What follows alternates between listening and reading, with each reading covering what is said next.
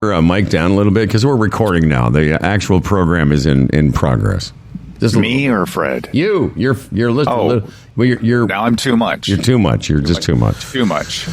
Okay. All right, Fred. Let's start with the thing that we were talking about before. Humble and Fred's interesting beer. Humble and Fred, the most interesting people I've ever met. Well, some may say that they are not very interesting. I find them to be very interesting.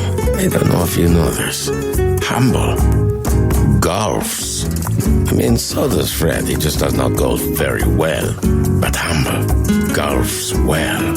And this I find interesting, but not as interesting as Humble and Fred's interesting beer. It's very good. I love it myself. I find it very refreshing and interesting.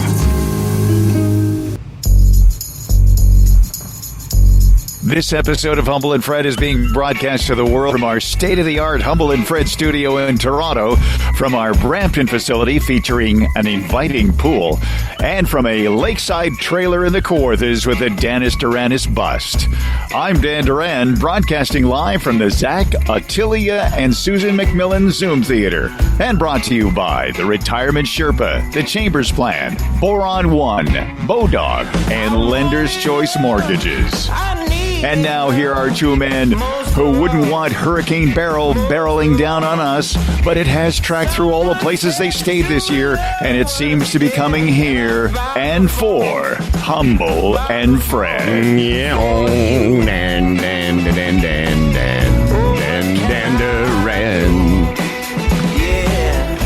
That's a good point, actually. I got a picture. My older brother and his lady, Ruth, where Dan came to visit me in Puerto Aventuras. Dan, there's that gas station right outside the gates of the community. Yeah. It's got like a cover to over top of the things. What are those things called? Yeah, the things that put the things where the gas stuff is? in the car to make it go. Oh, are you referring to gas pumps? Yes, that's. Jesus. Yeah. You know, the gas pumps, they have a cover on the gas pump things, and it completely was crushed by Beryl.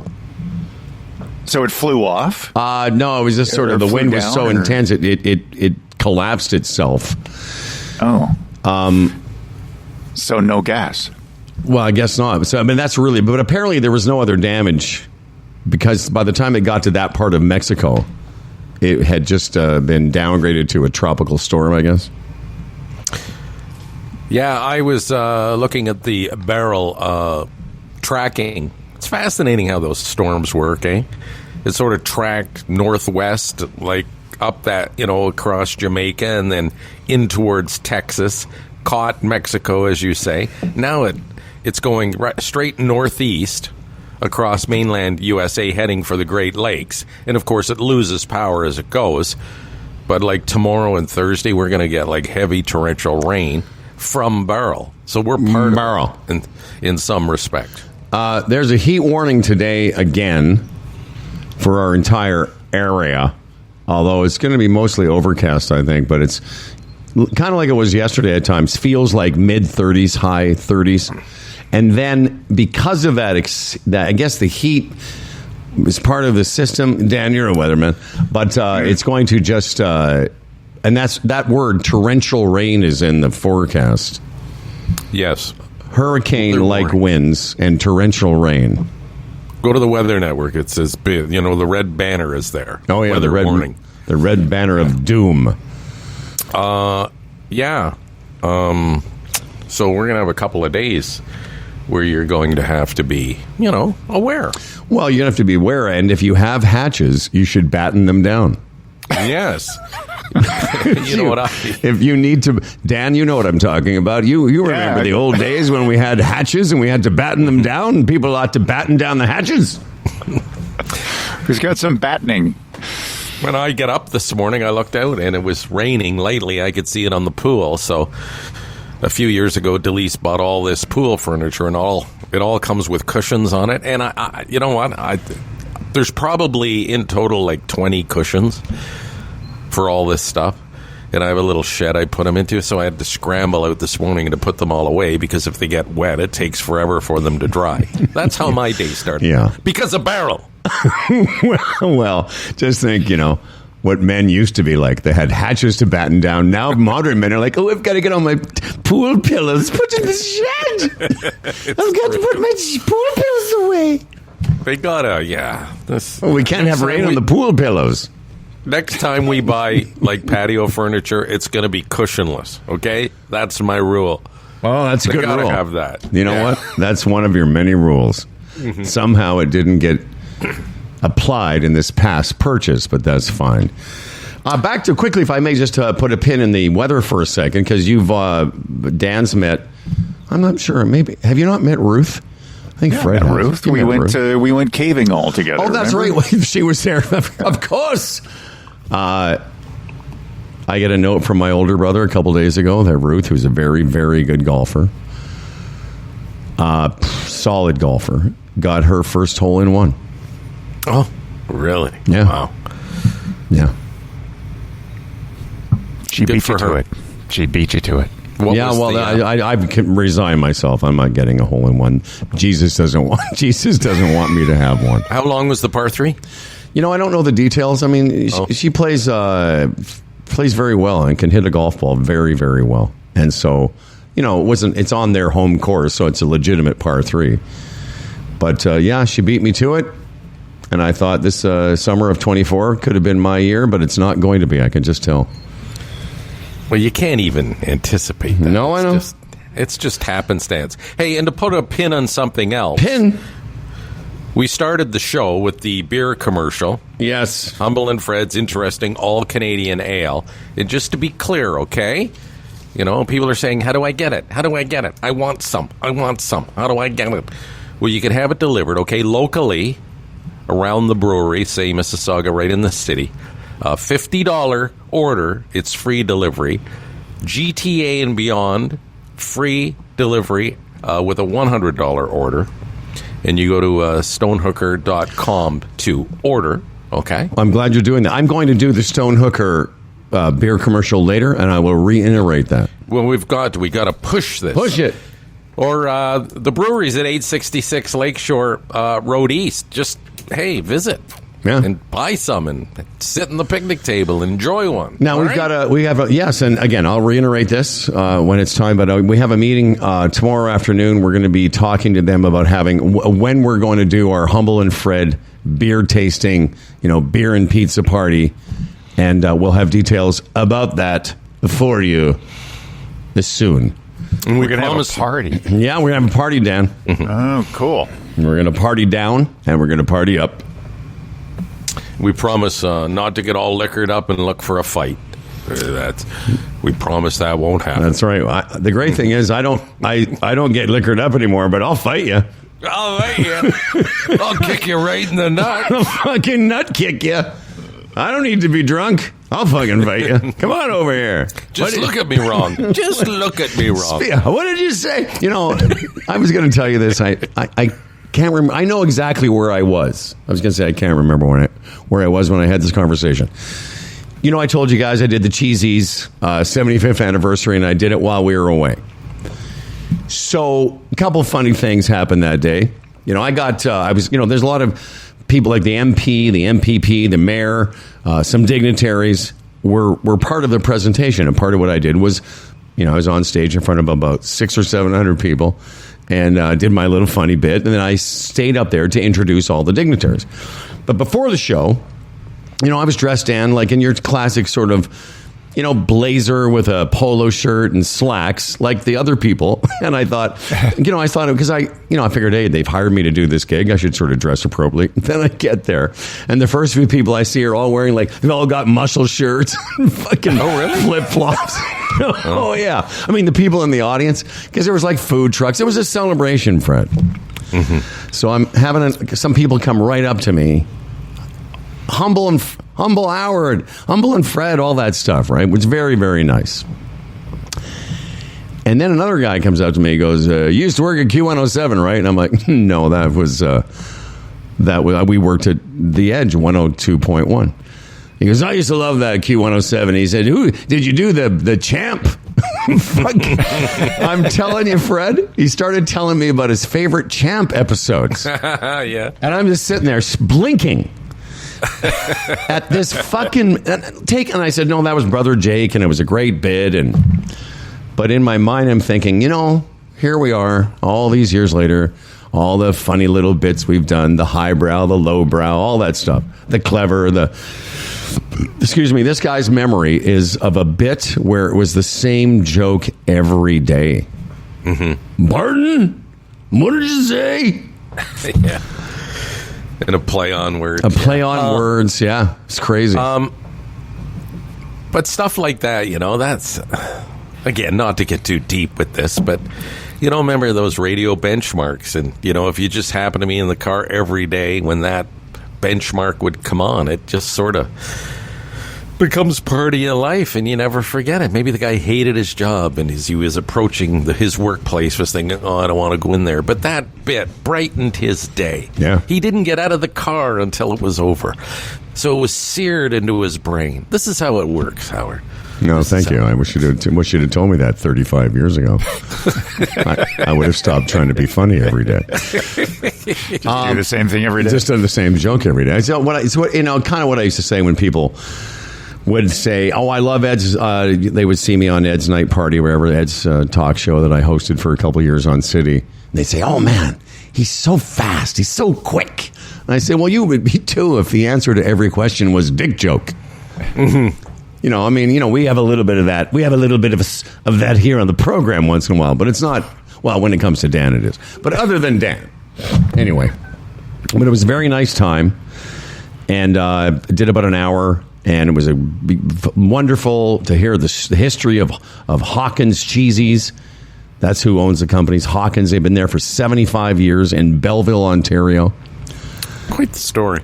And it was interesting, too. Did you get to see the big machine? I wasn't in the factory, Dan. I was in a big party tent. Well, they didn't give you a little tour? We were nowhere near the factory. Okay. It was a day of celebration, Dan. It wasn't a day, hey, Toronto guy, come over to the factory.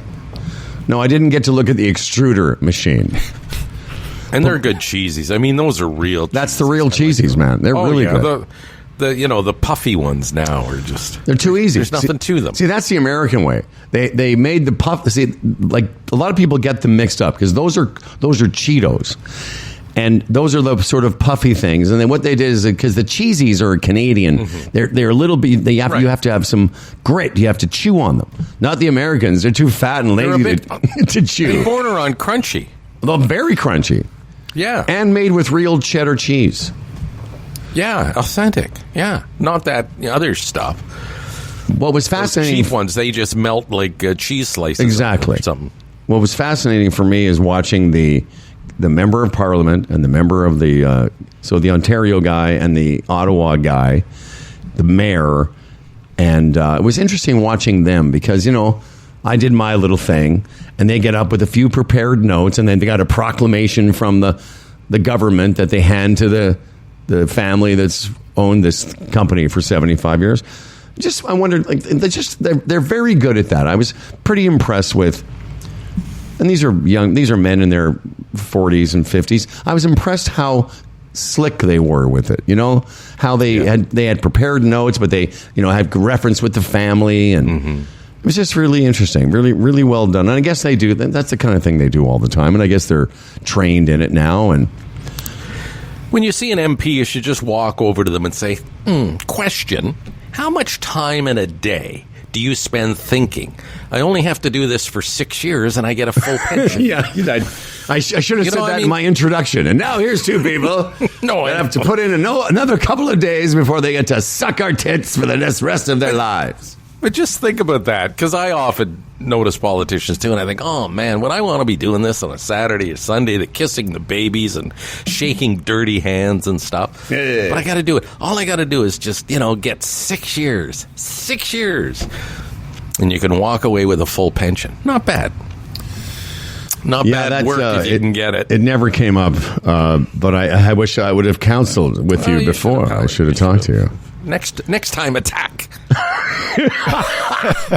I did. I'll just quickly tell you one quick joke because I did like 10 minutes and it was this kind of faux commencement, and I talked about great moments in Cheesy's history and all this other stuff.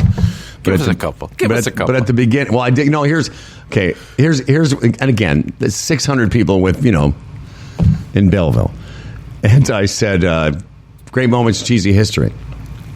I said 1972, Team Canada versus Russia. Paul Henderson scores the iconic winning goal to win the game, the series, and restore pride to Canada. But if you look really closely, you'll see a fine, some orange dust on the top of his lips. Whatever. However I said it, they all fucking loved it. I would have said, Guy Lafleur used to smoke between periods. Paul Henderson ate cheesies. Yeah, I wish I'd talked to you. Yeah, but my joke worked just fine. The one thing but it could have been so much better. Yeah, I should have talked to you. The thing that did work really well is just before I went on, I was talking to the sound people. I said, what's the town around here that's like the small town everyone makes fun of? And he said, right away, Madoc. And I was like, oh, that must be it, because he didn't even hesitate. So I get up there. I said, well, I introduced the day and what's going to happen. I said, I'm talking about myself. I'm from Moose Jaw, Saskatchewan. A few people made some noises. I said, I know you've never seen anybody from Moose Jaw. We look just like you. I said, being from Moose Jaw is like being from Madoc. I said, when people meet you, they do two things. They start speaking louder and slower, and that fucking killed. that literally brought the house down. They all, yeah, fuck Madoc. But here's the way I would have said that what joke. would you have done? What would you have done? The great stand-up Fred. I just pulled your I chain. didn't pull this chain, macaque. Here's the way I would have constructed that joke. Anyway, so that was fun, and I did like 10 minutes of that nonsense, and then of another 45, 50 minutes of introducing and listening to people's speeches, and then got in the car and came home. Mm-hmm.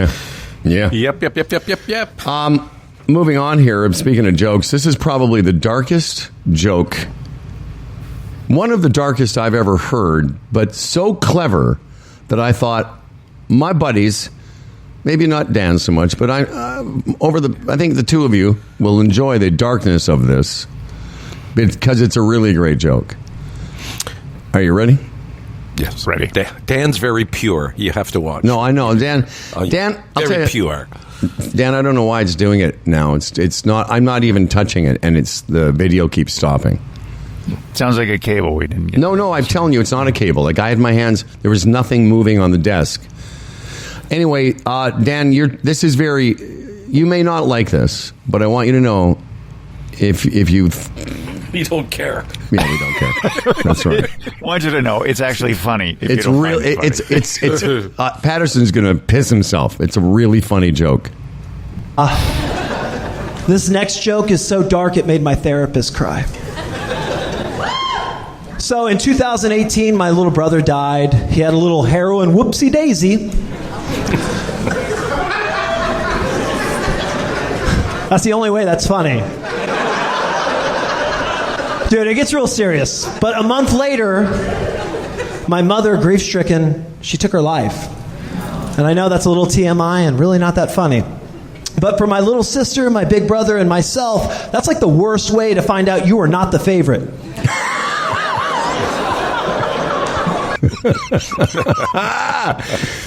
That's good. That's the worst way to find out you're not the favorite is a fucking great joke. Dark, but very dark. Holy very fuck! Dark, It's like, what?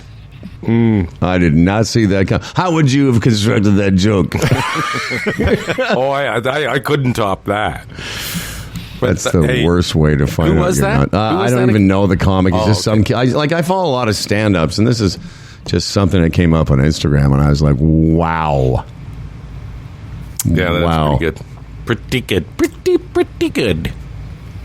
The comments are just dumb, though. Sad, not funny. That's not how grief works. Okay. Well, that's where we're at. Anyway. Every joke's got to be analyzed. Every joke has got to be, cleansed to make sure you're not offending anyone. It's crazy. It really is. Well, that one's pretty offensive on the surface, but it's not. I mean, it's not happening to you. It's that guy's joke. It's his family. It's his family, his joke. Yeah. If he wants to joke about it, who's anyone else? But there was someone in the crowd that had lost a brother as well, and they really couldn't handle it. It wasn't fair. You should have had a warning. Some of the comments If you've had a brother die, you should That's leave right. before this joke. That's right. If you've had a mother and a brother die. Some of the comments are good. I have a joke about my two dead brothers' heights. The punchline is they're now both under 6 feet. Okay, Dan, you're going to be doing what you call it the news. That's coming up. I do, and I will bring that to the fore. I noticed you've got a railing there on your new deck, which I won't see for a few weeks now. That's pretty special, Right, yeah. man. Did you build that? Thank you. I did, yeah. I used my hands, put it together. I'm sorry. Company. You used your hands to put it together? I used my hands, put it together. How is that the detail you wanted me to have? Well, I don't know. There's no detail. It's like I usually build decks with my mouth. I was going to say, what else would you use? Your dick?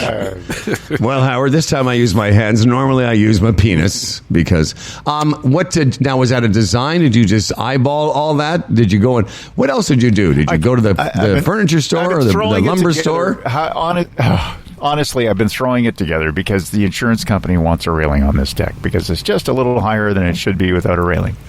So it's the first pass at it. I've got a better idea of how to handle all this, but I just thought, okay, I'll get this out of the way. The insurance company. Oh, this is the deck. This is the thing you were telling me about. Yeah.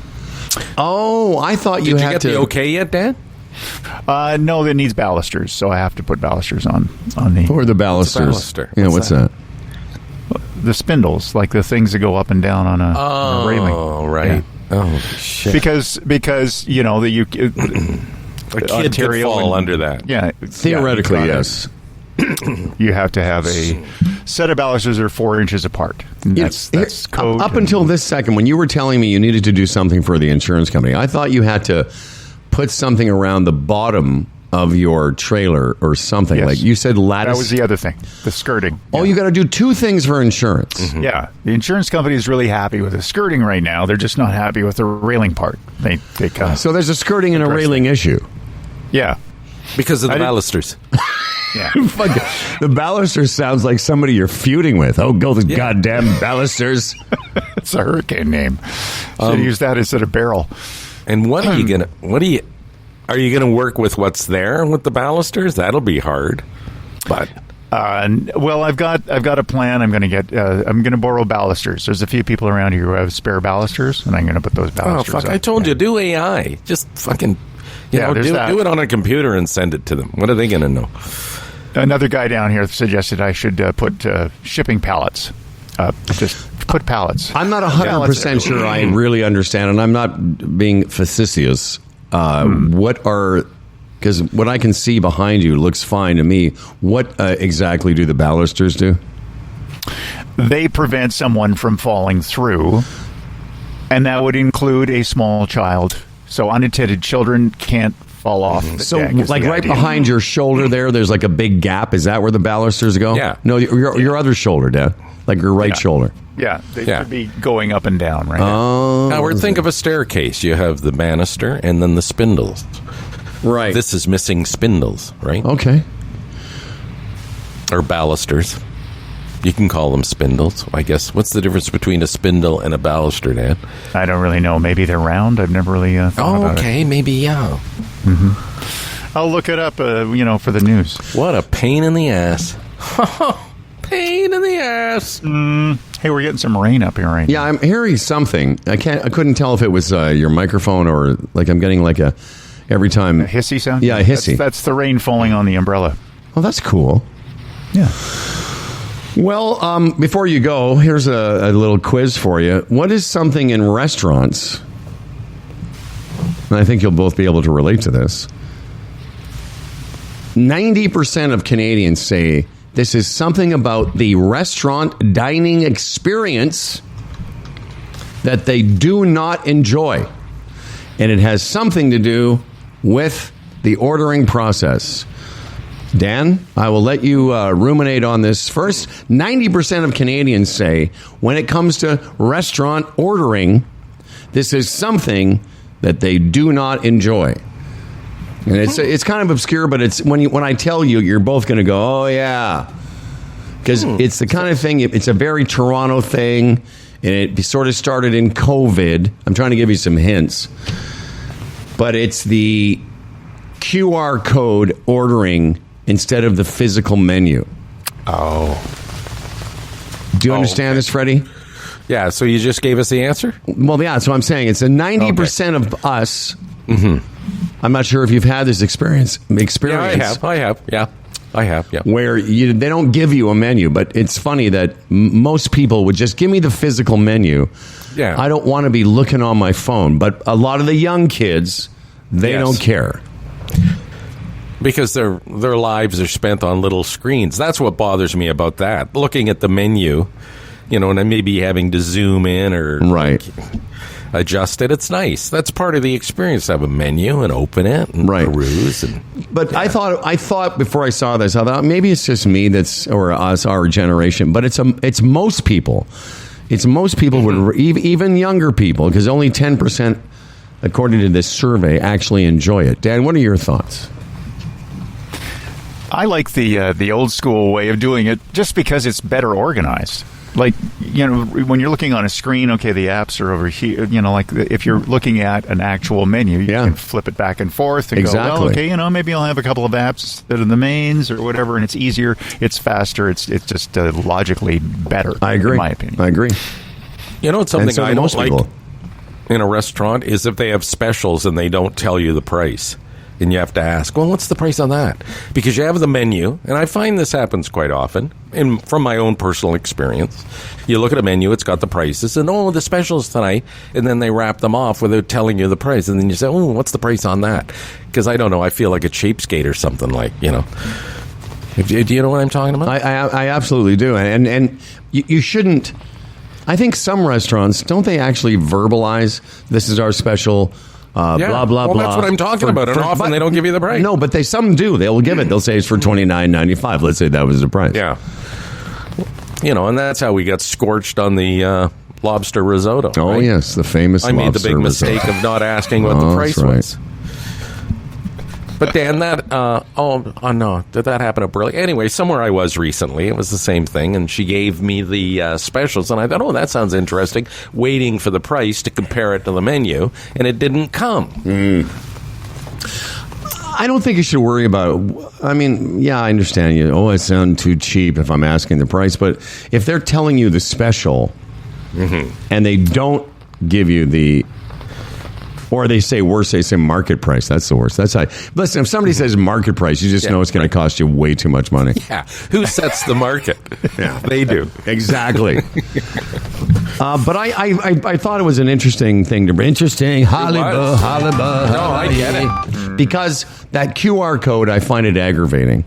Dan's reasoning exactly, because, yes, you can flip through the menu on your phone and go back, but it is part of the experience. I want this thing in front of me. And again, it started during COVID. I get that. It's sort of like self-checkout. Again, it's putting to their convenience. They don't have to print menus all the time now, and they don't have to go to that expense. They can just do one and put it through the QR code. It's again, another thing that's been put on the customer and taken off the proprietor. Yeah. I think it's the QR code has its place. Like, for example, there's a QR. Yes, it does. It does. It's like there's. Okay, I'm going to leave. No, please. There's a QR code on my new microwave here. Oh, yes. What? In the trailer? Yeah, so in the trailer. So I wanted to turn. When you turn the microwave, you put the numbers in. Sure, you put a time in. Yeah. It beeps, right? Yes, right. There's a way to turn it off. I don't know how, so I just scanned the QR code, got the instruction manual there, and then figured out how to do it. Yes. So that's where QR codes, because it makes complicated sourcing really handy. Yes. But a menu, I think you're right. There are lots of things that the QR code is good for. That's one of them. I mean, you could have, because the other step would have been looking up your model microwave, and then you would find the instructions online. But I think that's a great idea.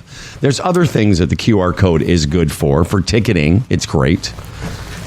Oh, speaking of which, Ticketmaster yesterday announced a massive breach of their database. And if you use Ticketmaster, apparently they're going to contact you if you're affected through email. I haven't received one yet because I use Ticketmaster periodically. But that's... I did. I got one. Did you really, eh? Yeah.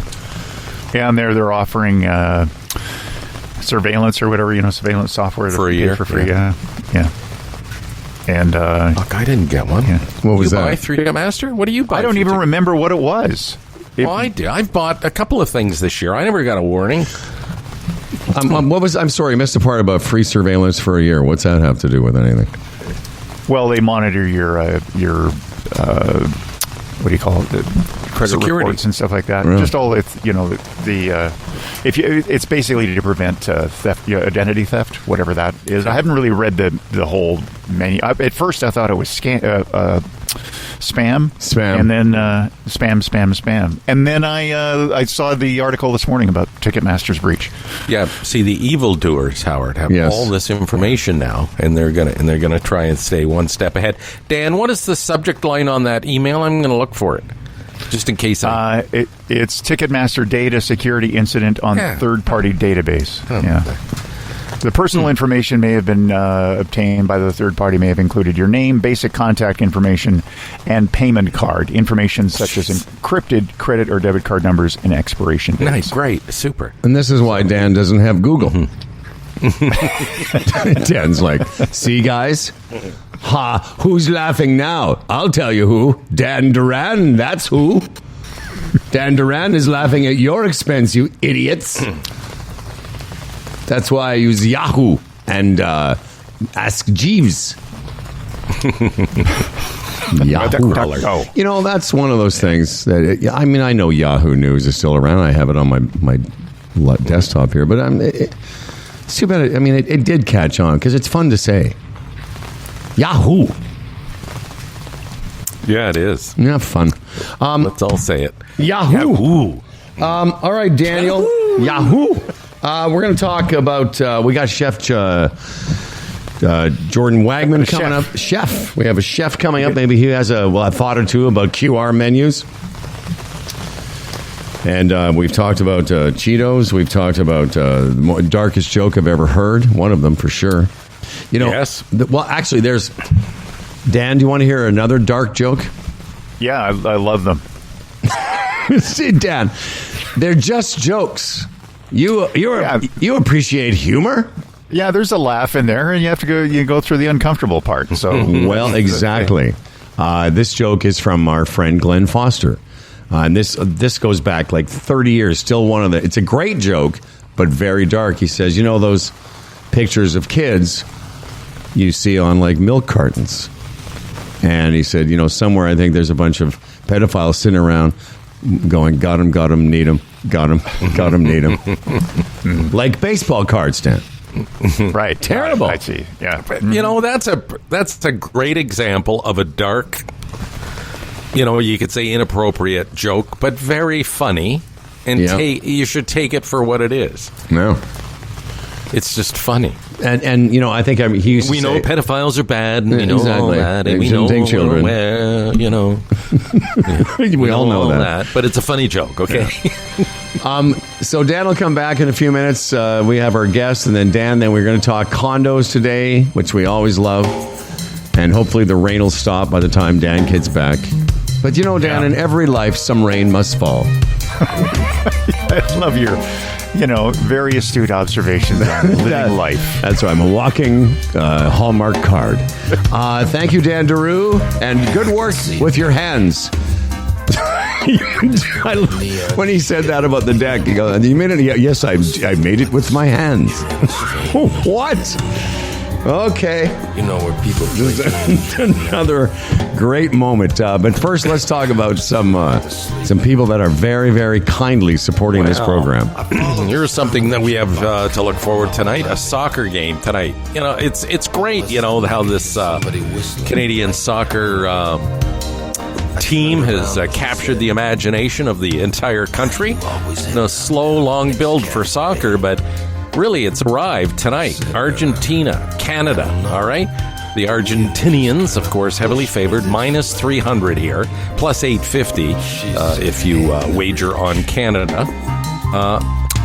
But I'll be watching, and I'm sure most of the country will. Do they stand a chance against the Argentinians? Well, we'll find out. Whether you're a sports bettor, a horse racing fan, a poker casino player, Bodog, your number one source of online gambling entertainment. From their industry-leading odds, world-class sportsbook, to their fully loaded casino and racebook, they've been providing Canadian players with an unparalleled gaming experience since the year 1994. That's Bodog. You know, it's difficult. I want you to try, but it's difficult to comprehend the variety of uses of boron in construction, manufacturing, medicine, science, pharmaceuticals, telecommunications. I'll go on. Yes, I will. Space travel, space, communications satellites, specialty metals, battery technology. There's quite a bit more. But what you should know is that this junior mining company, Boron One, is one of the few companies that are about to take boron out of the ground, which is not easy considering how ubiquitous it is. Yeah, I use that word, meaning it's everywhere, in everything. Household items, paint, insulation. This company is about to get it out of the ground, and it might be an interesting company for you to look at. Boron One is the company. Fred and I make no claims about stock prices. We're just telling you about it. They support us. We support them. That's how it works. Go check out their website. Check out the news section, because there's all kinds of stuff there that will have your Sherpa, have our Sherpa, have a look at it, and make your own choices. We're all grown-ups here, but have a look. Boron One is available for you to peruse at boron1.com. You and I used to make fun quite a bit of, well, that's our thing, making fun of things. As a lot of people did, making fun of soccer. And I thought it was curious about, how you're saying a lot of Canadians will be watching this tonight, including myself. But how 25-ish years ago, soccer was kind of a joke to us. And for a long time, we would joke about what kind of stupid sport where it ends in a 0-0 tie. How could it be exciting? My introduction to the game in terms of watching it a lot was through my children. And I watched a lot of soccer through their childhood and really got to appreciate it. I know it's at the amateur level, but I got to see some professional games. And I think it's curious, too, how we've come around, not just you and I, but how a lot of people have. Like, look how excited we got to watch that series, Welcome to Wrexham. Yes. And, if we could go back and talk to a younger Humble and Fred and say, fellas, calm down. Hey, guys, calm down. You're going to like this one day. You're going to appreciate it one day. Well, I think that's the key word. And let's not kid ourselves. Tonight transcends a sporting event. It's an event, like, on its own. You know what I mean? It's like women's hockey in the Olympics. I mean, the whole country gets behind it because it's now an event. It's for a gold medal. And, if it wasn't Canada against arguably the best soccer country in the world, with an actual chance of not getting killed and maybe winning a tournament or advancing in a tournament, well, now it's just bigger than a game. It's a huge event, and I think that's what's captured the imagination of Canadians. Well, the context definitely drives the interest. Oh, yeah. Mm-hmm. But the interest in soccer has evolved, and I'm saying back from undoubtedly, when you and I used to just mock it. Yes. And now, yeah, context is everything when it comes to sports. We've talked about that, how the stakes are different, and so yes. I wouldn't be watching this if it wasn't Canada participating. But having said that, I got really interested in that team in this town in England. Now, I haven't watched season 3 of it. I haven't really been into series lately. But it really was, we were both very interested in it, in this soccer team. Yeah, and I mean, that's my fascination with soccer. I mean, part of on my bucket list or my wish list or travel list now, honestly, is go to England and go to a couple of games. I mean, Wrexham in particular, that would be fun. But, Darren, our buddy Darren, my buddy Doug, his son-in-law, soon-to-be son-in-law, and his daughter live in London. Whenever he goes over there, he goes to games. And he's like us. He's a casual sort of soccer fan. But to be dropped into the culture of going to the pub before the game and being part of the crowd and how they carry on compared to, say, people carry on at a hockey game in Toronto, it's a distinct culture that I want to experience. I do. And, you go to an FC game and they try to mimic it, but it's not authentic the way it is over there. I'm sure. Yeah, why do you say did that? that to me. Well, why do you say that, FC? Have you been to an FC game? No. Yeah, well, I think that you'd be surprised. I mean, what makes you then, if you haven't been, because I've been to a couple, when with the kids' soccer team, we went for a few sort of field trips. What makes you say, I'm not challenging you, I'm just curious, where do you get that from? No. I just mean it from the standpoint is that traditionally that's how they carry on in Europe and England at a soccer game. And I think, at a TFC game, they're doing it based on what they've seen over there. That's all is what I'm getting at. The chanting and the banging and all that stuff. I mean, it's what you do at a soccer game. Well, where do you learn that? From watching European soccer, because no other sport in Canada carries on. Absolutely. But to your point, though, like whether, I don't know if I guess it was the word authentic. If they're doing what people do at soccer games, whether that's soccer games in, down by the lake here, or it's in some small town in England. But I can tell you, I think we've had this discussion that the vibe at that game, and I've experienced it, is unlike any other sporting event in the city. Mm-hmm. You get carried away, and there's they have things that are traditional soccer watching, things. Yeah, things they do: singing, chanting, banging, scarves. Sure, that's pretty good soccer. Actually, that TFC, it's pretty good. Well, they're not doing so well again this year, but generally. But I'm seeing the level. It's a success story, that league, that's for sure. Do you have a sense of what that would be in terms of, and maybe you don't, like if, Major League Baseball is up here, then there's AAA, AA, single A. What would TFC level be? Single A soccer, AA soccer? I referenced Doug's soon-to-be son-in-law. To him, it's like low level. To him. But this is a guy that's part of the, goes to Premier League games. Right. Could and those guys... He's in Germany right now for the Euro Cup because England's still in it. So right. To them, and I don't know if that's a fair assessment, but I have asked him that question. I said, what do you think of MLS? And he just sort of laughs and shrugs. It would be like... American Hockey League or whatever. Right. The NHL. It's professional, but it's not at the higher levels. Here's a question I wonder. I'd love to ask him this. The son-in-law, soon-to-be son-in-law. Could a team in the MLS, could they beat Wrexham? Would they be competitive with that? Because they're several levels down. Yeah, that's above my head. Wrexham came here last summer, and I'm not sure. I think they played Miami. I don't know if Messi was playing or whatever, but you know what, Howard? I can't answer that question. That's above my pay grade, as they say. Okay. Well, I did put you on the spot, and I'd never even thought of it until just now. But anyway, we're going to watch Argentina. Don't cry for me, Argentina. Tonight against and Argentina has, as you said, possibly one of the best players to ever play the game. I mean, he's on his way out, but it will be interesting to see Lionel Messi play soccer. All right, we're still waiting for, there he is. I said his name wrong. I said Jeff. It's Jordan Wagman. For many, many years, he was a guest. By the way, remind me, I saw a former guest on our show last night, and it was interesting to see him. He was a guy that we used to have on all the time. There's, speaking of that, there's Jordan. Hey, Jordan Wagman. Hola. Good morning. Hola, mi amigo.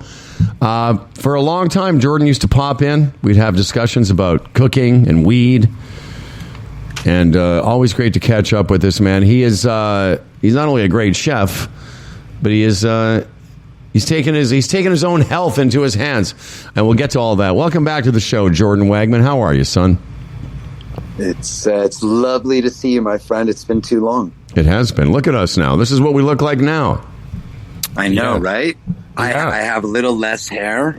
I'm not sure how much, to be honest. That's right. Well, you're Happy summer. happy. Well, you're still a young man, though. Me and Fred are into our 60s. Are you even 60 yet? I'm 52. There you go. Here's the baby. So you have you're the total bald look. So by design, what were you like? Just bald on top and just had the band around your? So No, at one point, the answer was yes. Now it's out of necessity, right? At one point, it was by choice. No longer is it by choice. Now it's just I can't grow hair in many of these places. But you look great. You see, you're one of those guys. Yeah. Thank you. Thank you. You Thank have God for the good head. Exactly. I mean, some guys bald look great, and you have the head. You have the head, Jordan. Yeah, Thank exactly. you. Thanks, Very guys. good. You're making me blush so early in the morning. So you're for people who don't know, or there's some newer listeners that don't know. Yeah. You had a pretty serious, or you have. I'm sure it's you've mitigated it somehow, but pretty serious psoriasis outbreak. How old were you when you got that? I was diagnosed at 12. Oh, okay. So you had your whole life.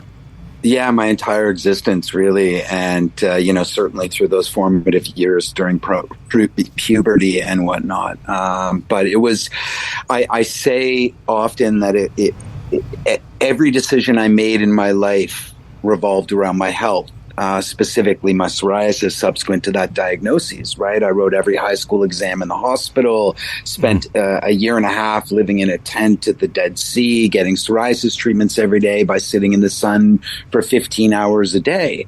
But it wasn't until 10 years ago where I was committing to an alternative way to treat my psoriasis, and that was to bring Eastern medicine and approaches into my just try the regimen and trying to counteract and find that reprieve to my psoriasis. And from one meeting, I removed gluten, dairy, and refined sugar from my diet, began consuming thousands of milligrams of cannabis, and my psoriasis went away in 60 days.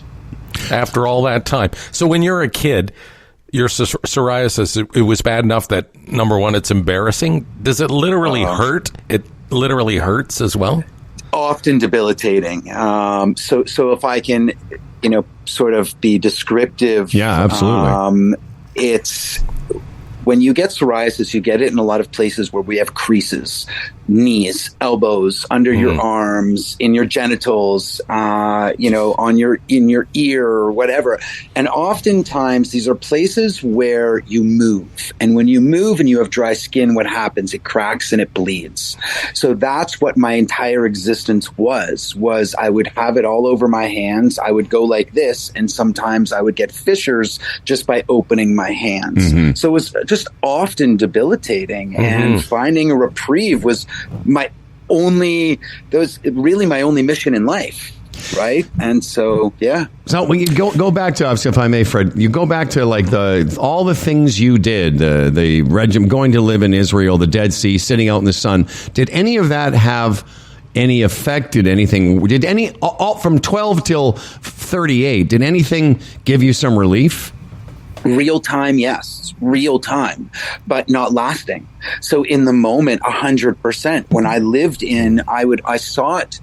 I would always seek the sun, right? Once I realized, that piece of the puzzle by living at the Dead Sea, I lived in Florida because I chased the sunshine. I lived in California. And so I would always live in warmer climates. But in the moment, it worked. When I got off a plane, it just nothing was sustainable.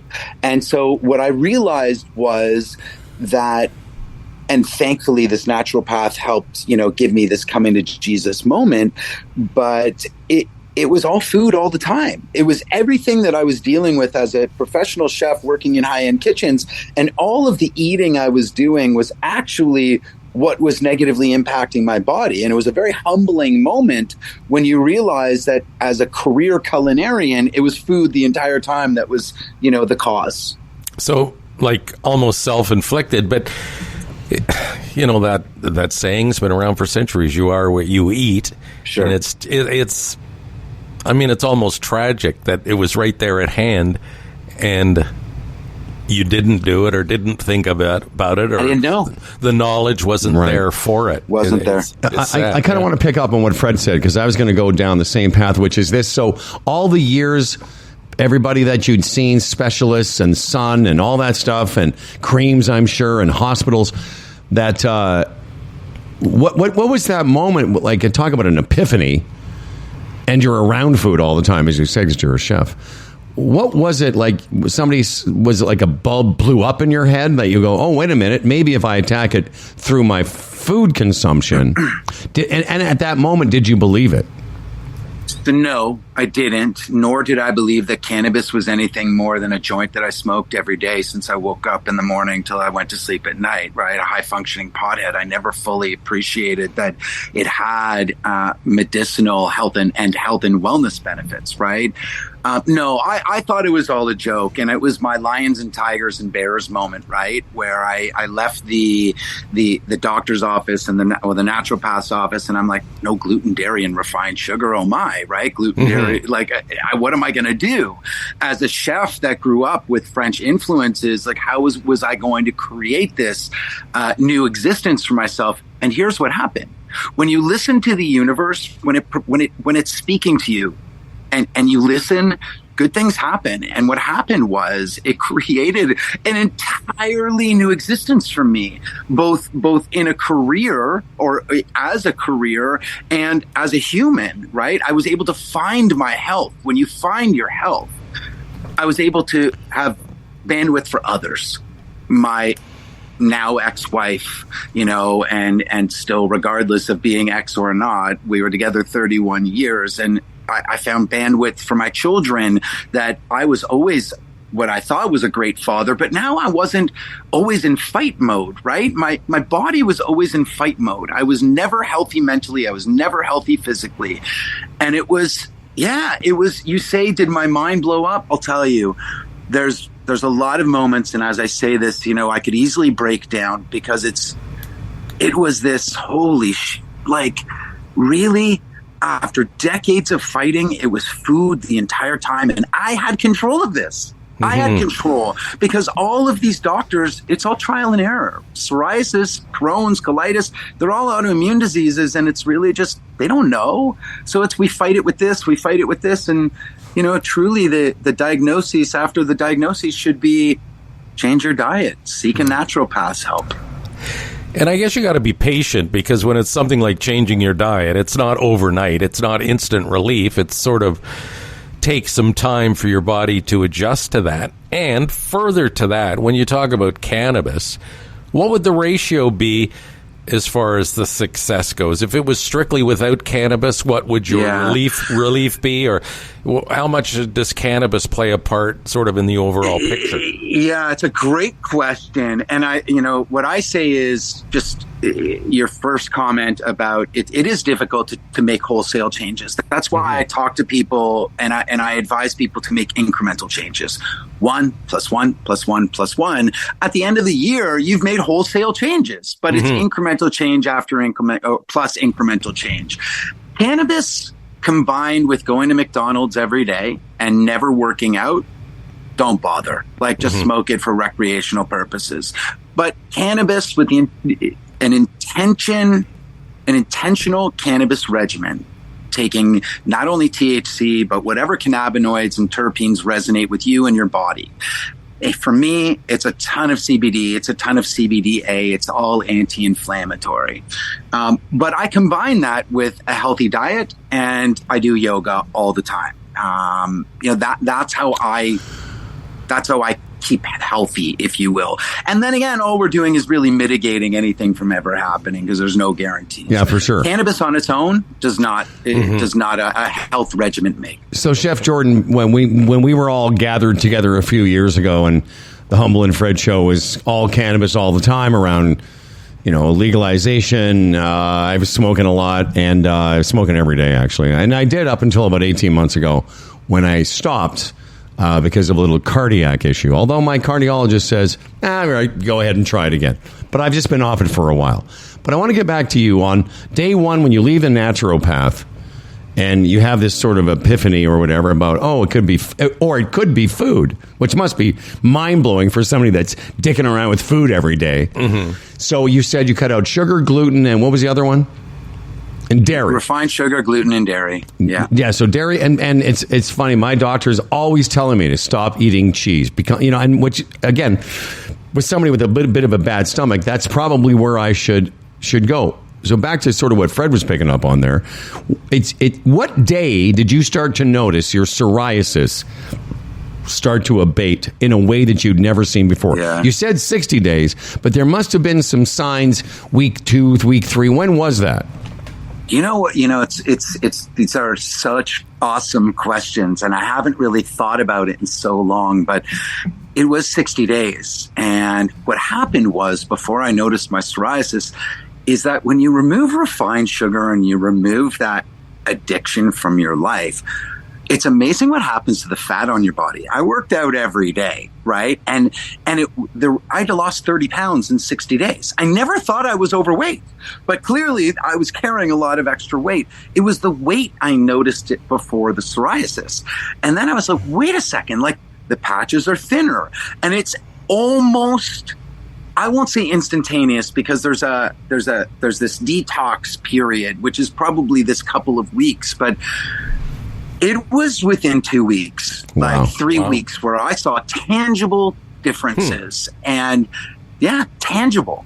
And then I don't want to mislead. So I want to be clear. When you take this path comes with ebbs and flows, right? We can control certain things like our food intake, but there's external, things that we can't control, stresses and getting divorced or the pandemic. There's lots of outside stressors.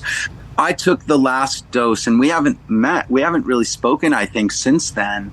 But I took the last dose of Moderna, and it flipped the switch to my psoriasis, to the point where I was bedridden for a month. And I woke up, I took it on a Friday. I woke up Monday morning, and I couldn't even, my hands were so swollen. Wow. I couldn't roll joints. I couldn't flick a lighter. I was incapable of walking, of cutting anything. I was bedridden. And so I very quickly went to a dermatologist through my sister, and I was put on a biologic, something that I fought against for decades, because conventional meds really destroyed my insides when I was younger. Mm-hmm. And I had no choice. It was one of those, and this is really important for the listener, where I talk about it often, about a natural approach, but now I have to combine both Eastern and Western, because you have to choose. And I always talked about the lesser of two evils. Well, always the lesser of two evils was my psoriasis. It's what I knew. It's what I dealt with. In that moment, the lesser of two evils was, I need to take a medicine because I need my life back. And so in 4 weeks, I got my life back, and I went on Skyrizi, which is a drug that, it's a biologic, and, thank God there's been no side effects whatsoever. Strange. If I may interject, Skyrizi, Strange is also a rapper, I understand, because everyone loves the Skyrizi. Anyways, listen, it's great. I'm very happy, and I found my health. So, and Jordan, where does alcohol play a part in all this? I mean, alcohol is right up there with being poison and refined sugar. I don't drink at all. It's very inflaming as well. It's people who 100%. I understand. It says here at the bottom of my notes, of our notes, that there's a big announcement. Is it a book? Will? Is it called Will? It is, and it's this one truly it's my life's work. It's everything we've talked about. That was, I wrote about it for a year as a blog. This is my new book called Will, How I Found My Health Through Food. It's all my recipes, all my pictures, and all my stories. And that applies to everyone, isn't it? I mean, improve your diet, improve your life. Yeah. I mean, it's not for this person or that person. It's a blanket. It's everyone. It is everyone. It is everyone, and it's those incremental changes. They don't have to be the wholesale changes. Right. Stop putting sugar in your coffee every day. Change it with put agave, maple syrup, or honey. Try that. Make that change. Yeah. I want to get back to the idea that you found health through food. And listen, there's life and stumbling and the pandemic and reactions. But do you notice, because we all go off the rails sometimes, like if you eat something one day, will you have a flare up the next day? Not flare up, but I can tell you that that without question. So a perfect example, my son comes up here. I live in Muskoka now. My son is up here every weekend, and he bought Miss Vicky's chips.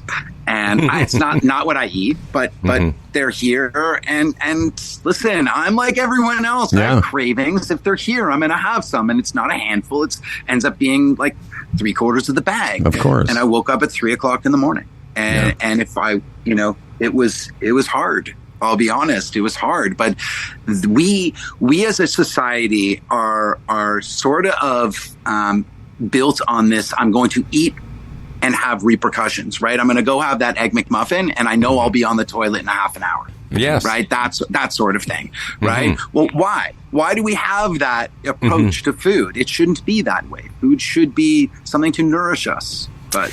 It's funny with age, I find that exhausting now, because I used to be like that. If I have a Big Mac, I'm going to be on the toilet within a half an hour. But there was a tipping point where I actually got there. It's like, I'm not going to eat that because I know I'm going to be on the toilet. Exactly. It's like Clamato for me, right? I loved growing up. I would love Caesars and whatnot. Yeah, me too. But they gave me such a stomachache. And now I probably the MSG or whatever was in there, and I said, forget it. I don't drink it anymore. I've eliminated a lot of gluten from my diet just over the course of time. I don't have a lot of bread. And I was at an event last night, and where I break down is they were serving like prime rib, so meat. But there was buns and things, so I didn't have the gluten, but I had so much of this meat. And then they also had a charcuterie table, and it's all salty meat, which again I don't have very often, but I have no ability. You wouldn't, Fred, you would have just laughed at this plate I had, because it was like salads. Oh, because I've seen it before.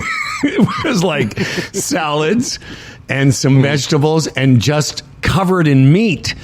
And I couldn't stop. Even after dessert, I went back and got more salty meat. So we all know that's a big craving for me. Me too.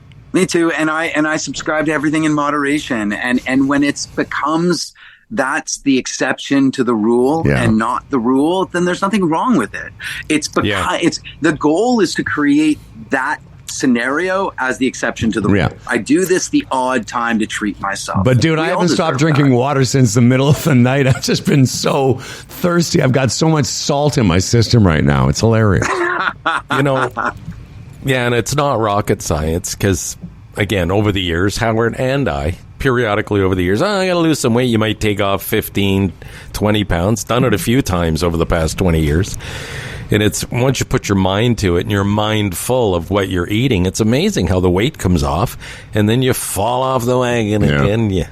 But that's what I teach people is that there's no such thing as a quote unquote diet. That doesn't that doesn't resonate with me. No, right. Healthy existence, healthy eating, the exception to the rule exists. You want to go to McDonald's twice a year? Go to McDonald's twice a year. But that's the exception to the rule. The rule is I eat healthy. I don't buy packaged food. You eat whole foods.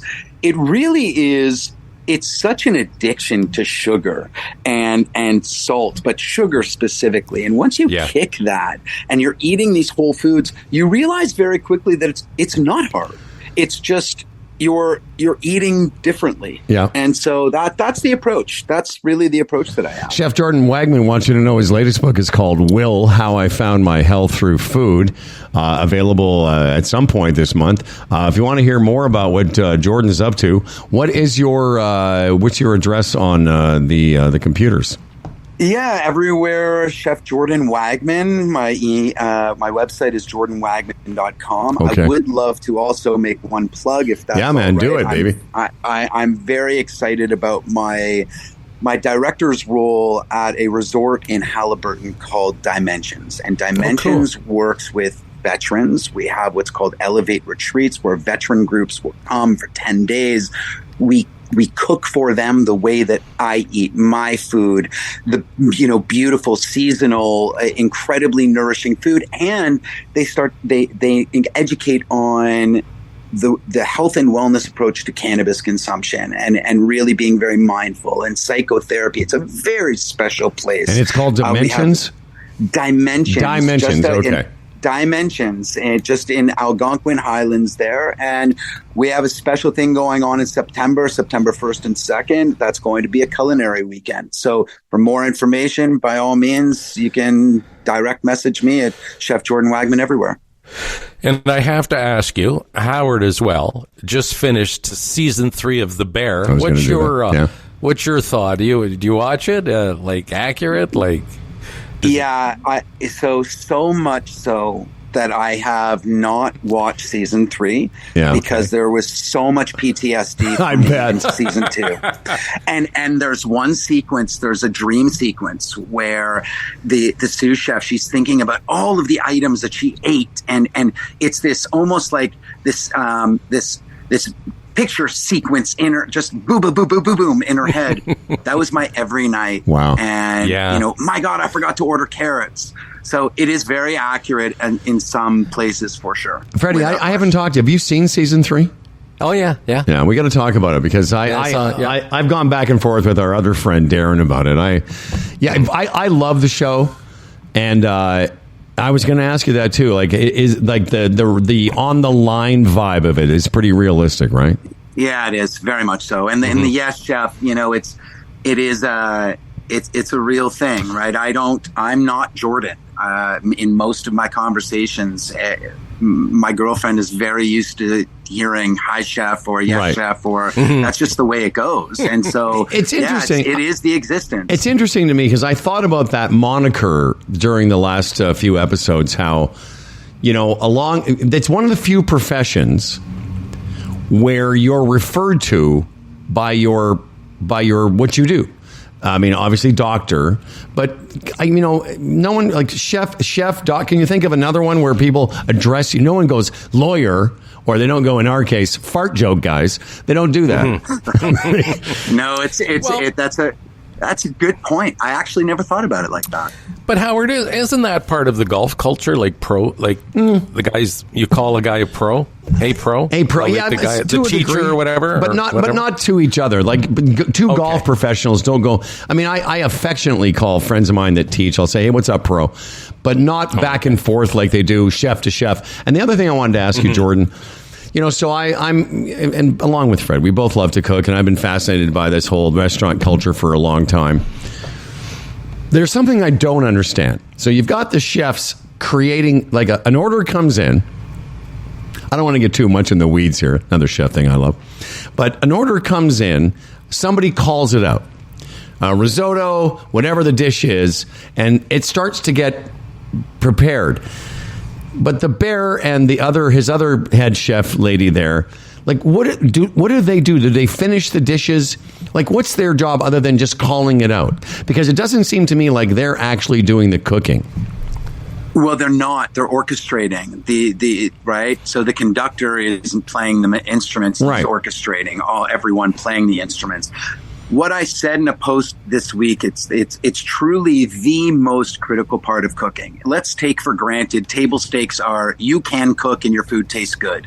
If it doesn't come up in a timely manner, it all sucks. It doesn't matter, right? The salad has to come up at the same time as that medium rare steak, and at the right temperatures. The salad needs to be on a cold plate. The steak needs to be properly cooked, well rested on a hot plate. There's just 1,000,001 variables that happen in that kitchen. And so that conductor is saying, okay, fire table 3, right? Meaning they've already had their appetizers. Now we're firing the pickup on table 3. Table 3 could have 6 different items on it, all cooked to different temperatures, all supposed to come out of the kitchen at different temperatures. Right. That's the conductor of the kitchen. I should know this. Have you ever owned a restaurant? I did early on in the 2000s. I was at Yonge and St. Clair. What's that like, though? Any given night, to look around and thinking, those tables need to be full. Here are my costs, and here's the fresh food I got in this kitchen. It's got to be... Yeah, look at him. He's rubbing his forehead. He doesn't want to think about it. Like, and I get that from the bear. When I see that, I think, why would anyone want to be part of this? Why would anyone invite that into their lives? You know what the biggest problem in our business is that most restaurants are opened by artisans, not business people. Right. And when culinary school, we aren't taught to be business people. We're taught to be artisans. And it's all about foie gras, truffles, expensive ingredients, this and that. That's not how you run a business. It's not, you run a business to make money. And if you run a business to have the best food and or the most, revolutionary food with the highest cost ingredients, you're never going to survive. It's just, that's really my biggest issue with the entire industry, is that we aren't taught to be business people. And that is where I've differentiated myself, because I do have a business acumen to complement my culinary, to understand I don't cook with truffles and foie gras. I'll braise you a lamb shank, I'll make hand-rolled gnocchi, and it will be the most beautiful meal you've ever had, but with a lower cost ingredient. Right? Jordan, I want to pick up on one last thing about cooking. Like and Fred again touched on something I was going to mention, which is the idea of ordering food. And I've thought this many times. You've got these tables, on a Wednesday night. And we were just talking about menus and such earlier before you were on. But you've got this place, and how do you know on a Wednesday night you're going to need this many lamb shanks? Or, you've got this menu, and if somebody comes in, you have to have everything on the menu available should somebody want to order it. And utilization of product is really key. So if somebody doesn't order it, what do you do with exactly. it? What do you do? Are you open for lunch the next day, so where you can utilize that salmon or chicken or braised lamb shank? If you're not, these are real challenges. And if you have a big menu, it presents even bigger challenges. So it's that's the game. Like I know in fine dining restaurants they sort of will limit the number of items, but sometimes you go into a deli or you go into a diner and the menu is like the size of the Bible, and you're like, really? Do you have the sauerkraut here today?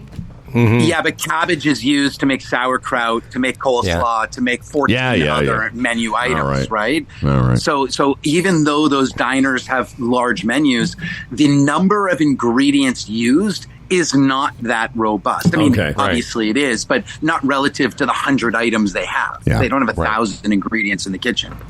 One more question. There's a term they use on the bear, and it talks about, what is it for turning tables over? And I found that fascinating too. They looked around, they said, we're a 1.5 tonight. We need to be a 2. What? That's like... Well, it's because you got to turn the tables to make money. The faster you get people in, the faster. So, and that's why the conductor is so important. Because if you have a table dragging and you have something that's been overcooked, for example, and now that table is dragging, meaning we are waiting on that one item, all of the food that was in the window now has to be remade, because that steak is going to take 15 minutes or 20 minutes. Now what happens to turning tables? It's all a domino effect. It means that the reservation that was supposed to come in at 7:30 now isn't seating till 8 or 8:30. It means that now I have to pay people overtime in the kitchen to cook an extra hour, and it's going to take them an hour to clean up. Yeah, it's very stressful. Dominoes. Yeah, this is a great conversation for anyone who thinks, I could do that. I could be a cook. I made salmon for my family on Sunday. Hey, man, listen, it's been too long, and we'll have you back sooner than later, which is actually... I look forward to it. This is one of the songs that was kept repeating in season 3 from the English Beat. Jordan Wagman wants you to know his book, Will, How I Found My Health Through Food, is available. Go to jordanwagman.ca or .com. .com. All right, brother. Talk to you soon. All the best, guys. Thanks, man. Okay, Jordan. Thank you very much Bye-bye. for that. Fantastic. Yeah, we got to talk about the bear. I didn't know you had seen season 3. Yeah, it's so good, but I didn't. Okay, well, let's get a little business done here, and then we're gonna have a quick chat. I'm not sure if we're gonna get time before Nick's on, but let's get to some business, and then we'll see where we're at. All right, the Retirement Sherpa. We have Retirement Sherpa Tim and Sherpa Jay. And again, been part of the show for a long time. And, a lot of Humble and Fred listeners have come over to the Sherpa side. And the reason is, in a lot of situations, it's because of that standing offer. If you have a portfolio with another person or another company, another one of those, outfits, and you're not sure it's performing to the level it should, Sherpa Jay, Sherpa Tim will have a look at what you got and give you a fair assessment. They'll tell you whether you're on track or, it could do better. And that's valuable information, no strings attached, no pressure. They'll just have a look and they'll tell you, give you the straight goods. That's the Retirement Sherpa. By the way, Tim is a portfolio manager, Raymond James, a member of the Canadian Investors Protection Fund. Nice. RetirementSherpa.ca. Remind me to tell you about who I saw last night or yesterday afternoon into the evening. That was a big guest on our show years ago. Let's talk about Humble and Fred beer. Humble and Fred's Interesting Ale. This beer built from the ground up with Canadian malt, Canadian hops, Canadian yeast, and Canadian water.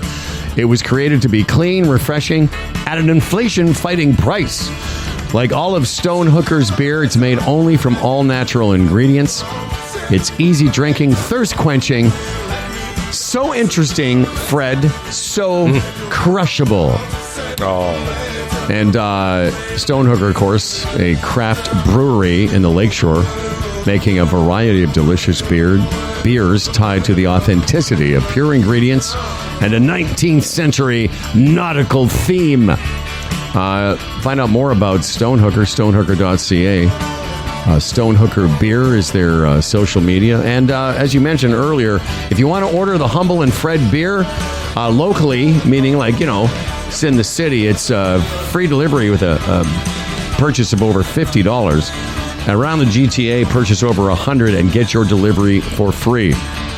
Buy Stone Hooker beer online, just like I said, and when you get down by the lake there, drop in for the Stone Hooker experience.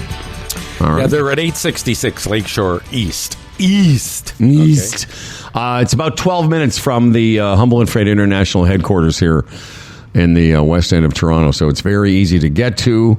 And as I said, we got a meeting this week about our big Humble and Fred beer tasting, beer and pizza party. So we'll tell you about that when we get to it. Wow. Look at that face. I'm invited or what? I heard beer and pizza. Yeah, baby. You know it. Would you come? If we invited you, would you come? I know you're a busy dude. Yeah. Where? Are you going to fly me to Mexico? No, we're doing it down by the lakeshore, dude. Yeah, of course I'm going to come. Well, let's see. When is it? Well, that's what we're doing. We're doing some high-level meetings. We have our own beer now. You probably don't even know that, but we do. Yeah, it's a Humble beer, I'm sure. No, it's good. I just talked about it. It's Humble and Fred's Interesting all-Canadian ale made by this company in the lake. We put out, it was started to be available last week. We could have it delivered to you if you wanted to. It's really something else, Nick. By the way, if you don't know it because you're not... What's that? Yeah, let me know. I will buy some beer and sample it. All right. Nick Innes is here. He's the founder and CEO of Fusion Corp. Developments in Toronto, fusioncorp.ca, author of the book Building Toronto's Skyline, which is not being made into a musical, by the way. A lot of people were thinking they were going to do some singing and such. It's time for the Condo Report. And now here's the Condo Reporter, Nick Innes. What's going on, brother? What an intro. These intros are getting.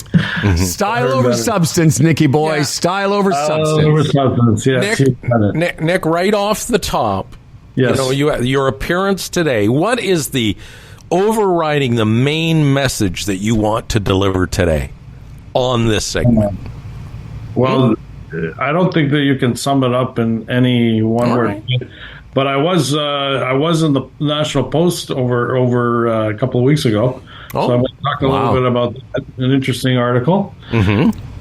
You're not going to get me to say what I don't want to say. All right, guys? So definitely today we're going to continue to talk about the condo market.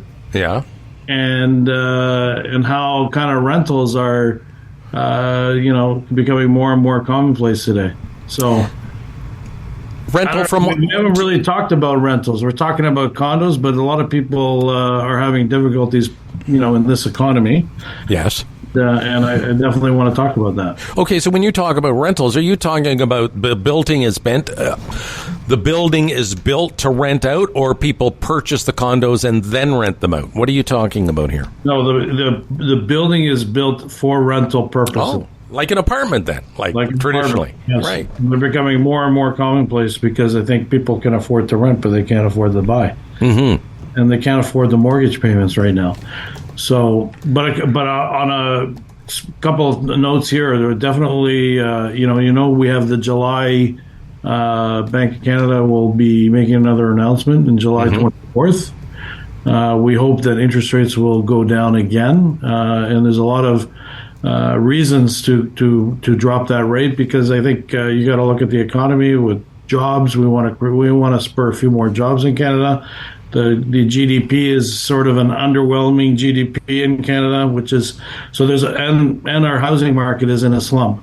Even though there are some people launching condos, so that's why a lot of our projects today, we have actually been speaking to 2 or 3 partners about the rental market, and we've got 2 projects. One is in Belleville, which it's going to be purpose-built rental, and the other one is hopefully near Yorkdale. So very exciting projects that are coming our way, but they're rental-driven. A lot of people are saying, "Hey, should I build a condo and sell it today, or should I go rental?" And I think a lot of people are opting for the rental option. Yeah, we talked about this, danced around it a few times about Bank of Canada rates and what that does in terms of the impact on the market in general, and in your business specifically.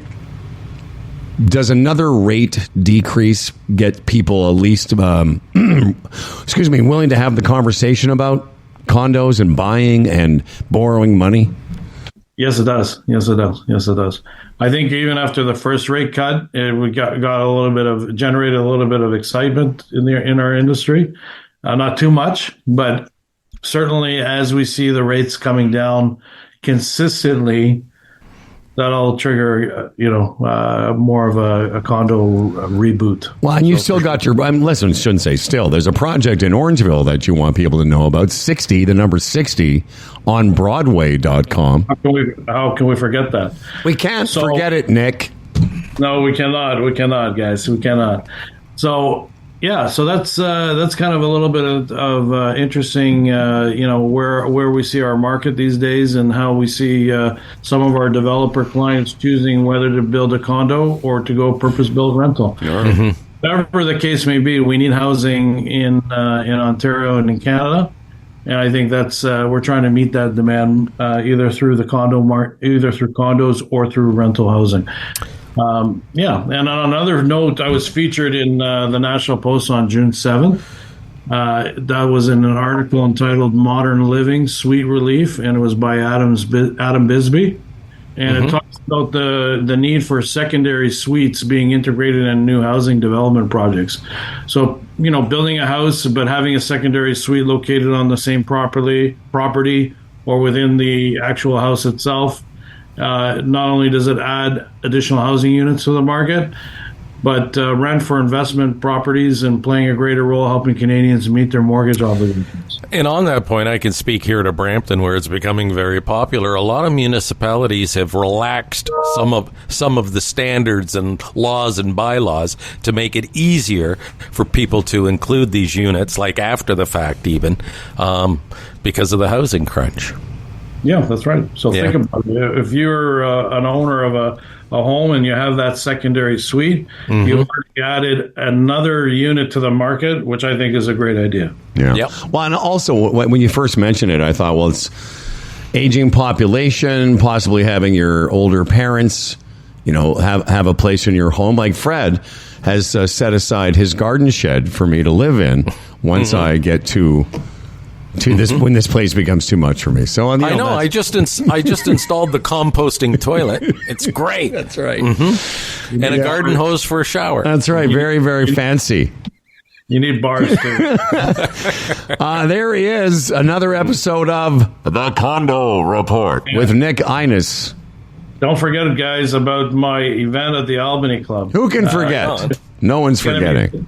Yes, well, you did, but when is it? Well, it's going to be September. There's a couple of dates being floated around still, but they can still RSVP reservations at albanyclub.ca. Right on, brother. Well, listen, man. Thank you for your time, guys. If you invite us, we'll sauce by there and hang out with you in person, and we can all just yuck it up together. That sounds great. So when is your event? Well, that's what we're going to decide tomorrow. It'll be probably mid-August, just an evening thing, probably on a Thursday with our audience and some, just some pizza and getting people a chance to taste our Humble and Fred interesting ale. Listen, man, we've got a beer, we've got a jingle. This is the whole thing. I'll be there. You know what? Count me in. I'm already there. All right, man. Oh, bro. Look forward to seeing you in the flesh, brother. Appreciate you, Nicky. Nick Innes. Go to number 60 on Broadway.com to find out more about Nick and all his great works. And thanks again for the information. Thank you, guys. See you all right, soon. pal. Take care. So before I forget, because I will, I was at a golf tournament yesterday. I play golf occasionally. And usually the day, usually you get there, they serve some kind of lunch. This was amazing food, and then you play, and then there's a dinner after. It was pretty casual. You didn't have to put on jackets and stuff. So we're all just sitting around our golf stuff, and I started hearing this guy. I just saw him off because it was an outdoor patio setting at this golf course, and I saw some dude with a guitar, and he had a bunch of pedals and sounds, and he was pretty good. And I sort of in the background, I was like, wow, this guy's like better than an average guy you see at these type of events. Right. And then he started playing a couple of Beatles tunes, and I was like, wow. Like, not only can he really play, but he can really sing. And then I took a look at him, and it was our buddy Greg Wired, who used to come on our show. English guy. He was in Beatles live albums, and remember, right. Yeah, he used to come on all the time and would play a tune or two, and he was like really good. That's right. Greg Wired. So, and this was back in the early days of the podcast, 12, 13, 14. Yeah. In our 30s, we were at that time, we were in the 30th Street studios, but in our own studio, the bigger one. Mm-hmm. And so I waited for a song to finish, and I went up to him. I said, hey, how you doing? And thinking he would instantly know it was me. And he sort of said, hey, I'm great, nice to see you. And I said, yeah. He said, well, how do I said, and I can tell right away he didn't really know me. Sure. I said, do you not know who I am?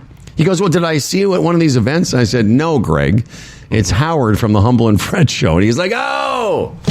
And we had a nice chat, and he told me what he was doing. That's why I said to him, I said, dude, you are way too good for this event. But I guess, it's pretty good little cash money he makes at doing those things. So, but yeah.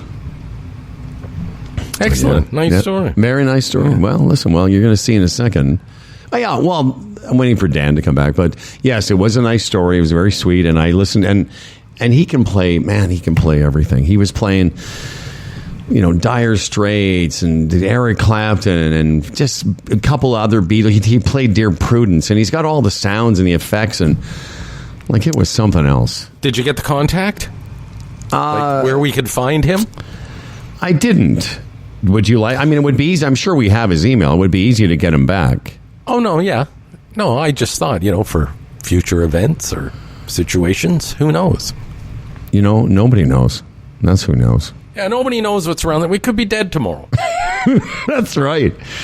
Nobody knows. I'm just saying, on the chance that we're still alive, say, over the next year or so, or, because I really enjoyed his work, his body of work. Yes, I'm just looking at a message I got from Dan Duran a few minutes ago, and I don't understand it. Why? Because it says, I'll ask him, what does this mean? Pastor, Rev, Rabbi?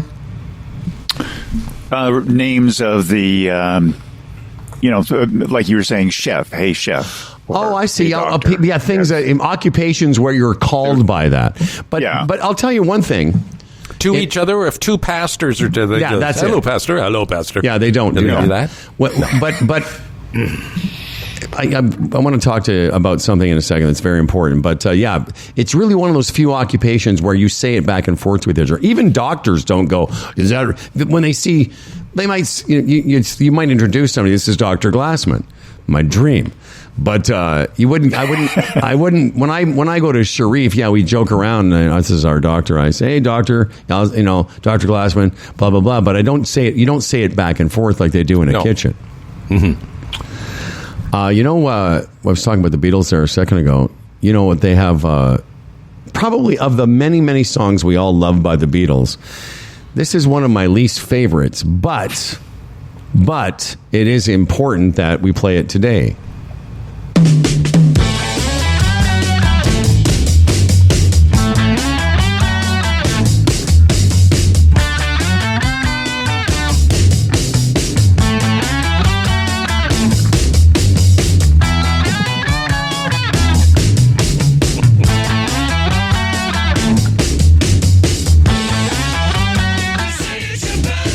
Yeah.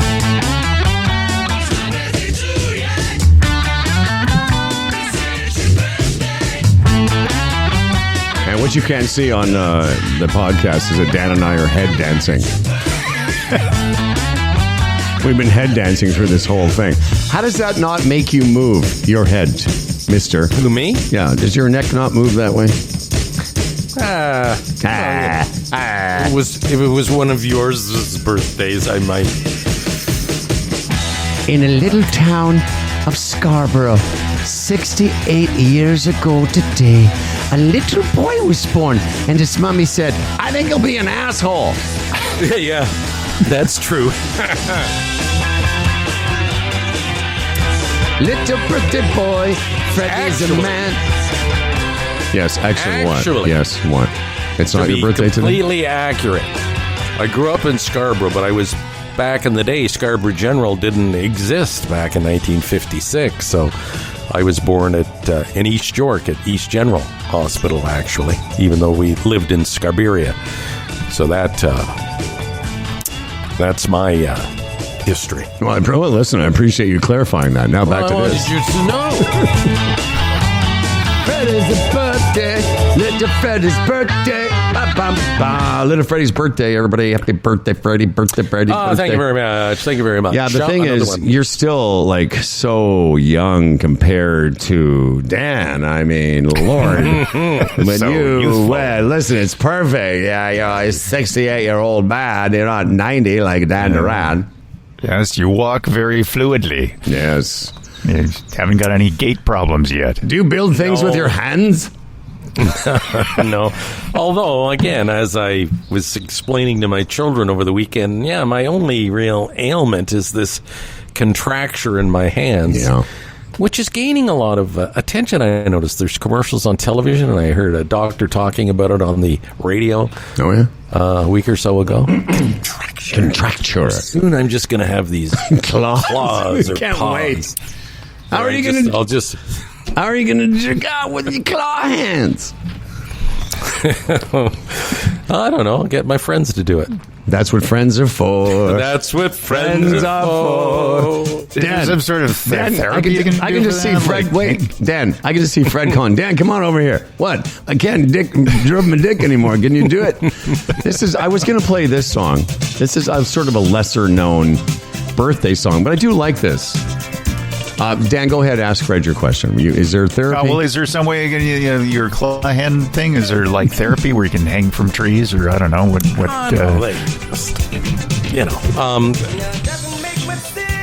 Eventually, you can have surgery, but as I've explained, I think on the show before, it's very involved, and they only do one hand at a time for obvious reasons, and it takes a couple of months to recover from the surgery.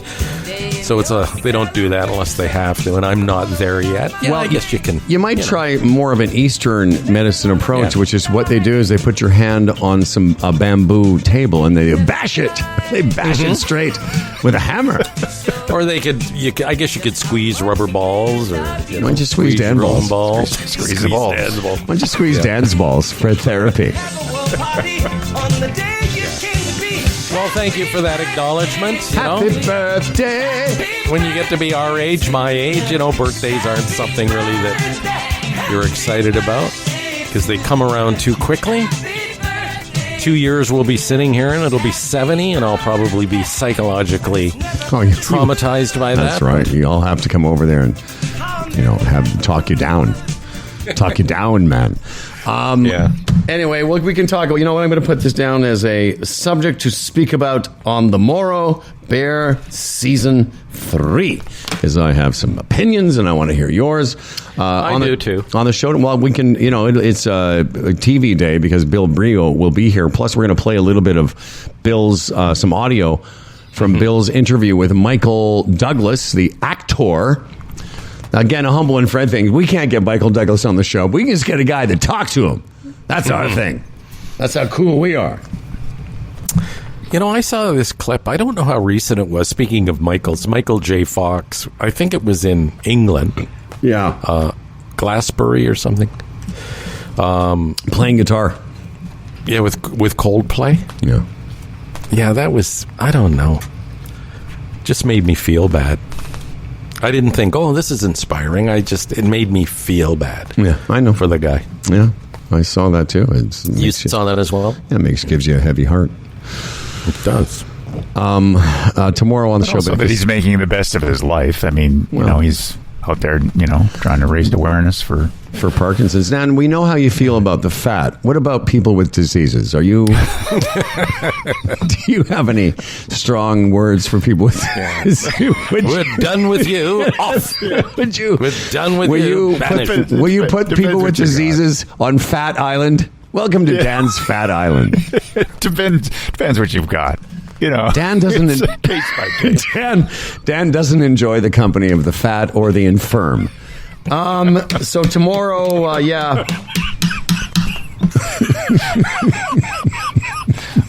Hey, you. Hey, Shaky. Get over there with Tubby. Shaky and Tubby. Get off. Get away. I don't want to look at you. There's no room for you people anymore. How dare you exist in Dan Duran world? Well, I'm glad. See, that's my gift to you. The gift of laughter, Fred. Tomorrow also I've got some audio of Jon Stewart from last night. I don't want to do it to now because we're running out of time. But great audio, a great little piece where he sums up the whole Biden problem. And as I mentioned, Bill Brio will be talking some TV. But first, we cannot finish this program without Dan Duran's news. But first, a message from...